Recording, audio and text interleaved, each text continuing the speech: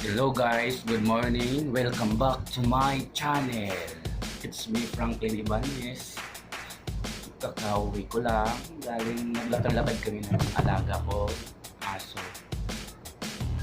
Not everyday ko naman siya malakad-lakad kasi if pagod ako sa trabaho guys, parang walang oras at saka gusto ko pang matulog eh. So, ngayon pinagbigyan ko siya, namalakad ko siya kasi hindi naman pwede na palagi na lang akong hindi ko siya palagi pagod o hindi ko siya mabigyan ng effort ng para ilakad ko siya. So, kailangan siyang maglakad. Parang jowa lang yun guys. Hindi pwede na palagi kang magkasari sa sarili. Wala akong oras. Saka na lang.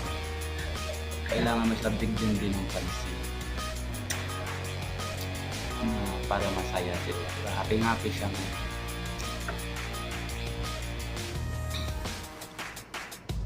Yun yung guys.